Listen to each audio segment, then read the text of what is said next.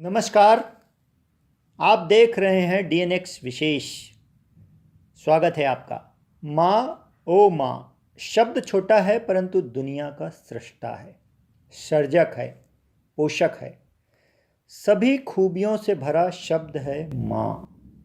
बीते दशकों में दुनिया ने कितनी ऊंचाइयों को छुआ है, जितनी भी ऊंचाइयों को छुआ है, चांद तारे कोई भी इंसान से दूर नहीं रहा।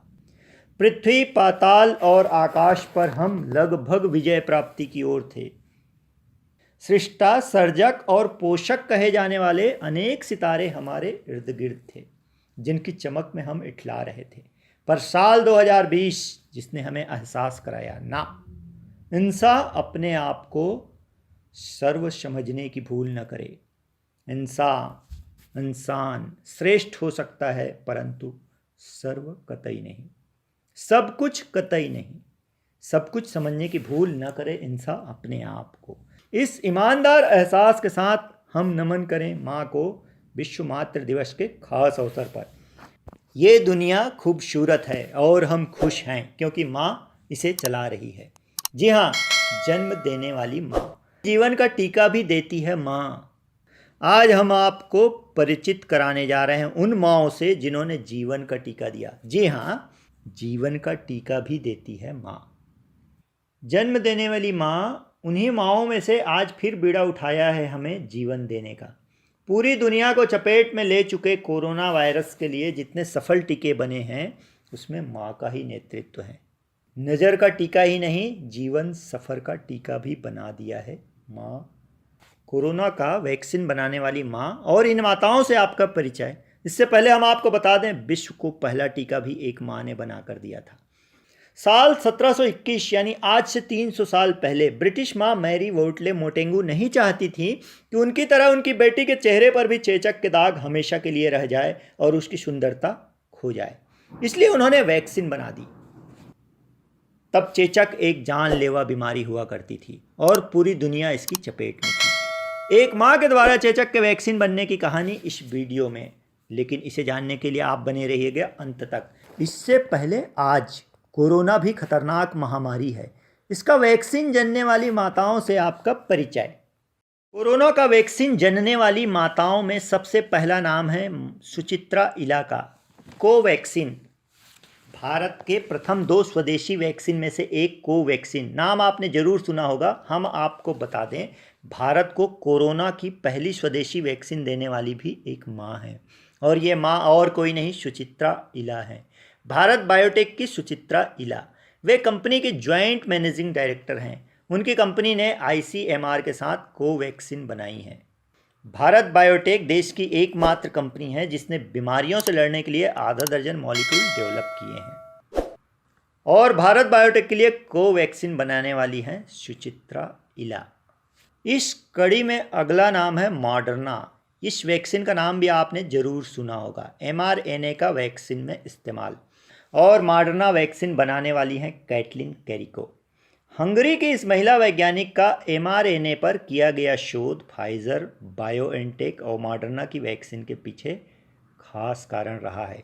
जब mRNA तकनीक को अव्यावहारिक आइडिया माना जा रहा था, तब 66 वर्षीय कैटलिन ने इसकी वकालत की और आज इस तकनीक पर विकसित ये दोनों वैक्सीन सबसे ज़्यादा 95% तक असरदार पाई गई हैं। mRNA तकनीक से मॉडर्ना वैक्सीन बनाने वाली कैटलिन कैरिको कहती हैं कि जो भी काम करो पूरी नैतिकता और लगन से करो। वैक्सीन के क्रम में अगला नाम है फाइजर का और फाइजर कंपनी के लिए वैक्सीन जन्म देने वाली जननी है ओजलेम टूरेशी। सबसे कम समय में इन्होंने बना दिया वैक्सीन। जर्मन इम्यूनोलॉजिस्ट और बायोएनटेक की मुख्य चिकित्सा अधिकारी ओजलेम ने अपनी पार्टनर कंपनी फाइजर के साथ मिलकर सबसे कम समय, सिर्फ 10 महीने में कोविड वैक्सीन बनाई। 2019 में कोविड वायरस फैलने की खबर आने के 3 हफ्ते बाद ही ओजलेम और उनकी रिसर्च टीम ने इसका वैक्सीन बनाने का फैसला कर लिया और मात्र 10 महीनों में ओजलेम टूरेशी ने फाइजर के लिए वैक्सीन बनाकर दे दिया। इस कड़ी में अगला नाम है वैक्सीन एस्ट्राजेनेका और इसे बनाने वाली हैं सारा गिलबर्ट। माँ की बनाई यह वैक्सीन पहले बच्चों पर ही ट्रायल किया गया। सारा ऑक्सफोर्ड यूनिवर्सिटी और एस्ट्राजेनेका की उस टीम की प्रमुख हैं जिसने वैक्सीन डेवलप की है। वे 3 जुड़वा बच्चों की माँ भी हैं। माँ की बनाई वैक्सीन का पहले तीनों बच्चों ने ट्रायल करवाया है। सारा बताती हैं कि 1998 में जब तीनों बच्चों का जन्म हुआ था तब उनका आय बहुत कम था। बच्चों की देख रेख में मुश्किल होती थी। सारा माँ भी थी और रिसर्चर भी, दोनों काम एक साथ करना मुश्किल था, लेकिन उन्होंने उस दौर को निकाला। आज वो एक सफल माँ के साथ एक सफल वैक्सीन जनने वाली जननी भी हैं। इस कड़ी में अगला नाम है जॉनसन का। इस टीके की एक ही खुराक काफ़ी है। हम आपको बता दें, कोरोना वैक्सीन का 2 डोज लगभग सभी कंपनियों का लेना अनिवार्य है, परंतु जॉनसन एंड जॉनसन ने एक ऐसा वैक्सीन डेवलप किया है जिसका सिंगल डोज ही पर्याप्त है, और इसकी जननी है Hanneke Schuitemaker. Dutch virologist Hanneke Johnson and Johnson में वायरल वैक्सीन डिस्कवरी और ट्रांसलेशन मेडिसिन डिपार्टमेंट की हेड हैं। 57 साल की इस वैज्ञानिक ने नीदरलैंड से कोविड वैक्सीन डेवलपमेंट के ट्रायल पर काम किया। 3 बेटों की मां हनेक कहती हैं कि यह मुश्किल समय हमें जरूर कोई सबक सिखाएगा। जॉनसन वैक्सीन को आपातकालीन उपयोग के लिए मंजूरी दी गई है। इसकी खास विशेषता यह है कि अन्य टीकों की 2 खुराक के विपरीत इस टीके का एक ही खुराक पर्याप्त है। यह थी कोरोना वैक्सीन जनने वाली माताओं की बातें। अब हम आपको फिर ले चलते हैं वहाँ जहाँ से वैक्सीन की शुरुआत किया था एक माँ ने। जी हाँ, ब्रिटिश माँ मैरी वर्टलगे मोंटेगू की कहानी से अब आपको परिचित कराते हैं। उन दिनों चेचक एक जानलेवा बीमारी हुआ करती थी और पूरी दुनिया इसकी चपेट में थी। इससे बने घाव पर बहुत थोड़ी मात्रा में चेचक का पस लगाया ताकि उसके शरीर में इसके प्रति एंटीबॉडी बन जाए। टीकाकरण का यह तरीका मैरी ने टर्की से सीखा था। मैरी के पति ब्रिटिश राजदूत थे। मैरी अपने पति के साथ टर्की गई थी। मैरी ने देखा कि टर्की में लोगों को चेचक नहीं होता।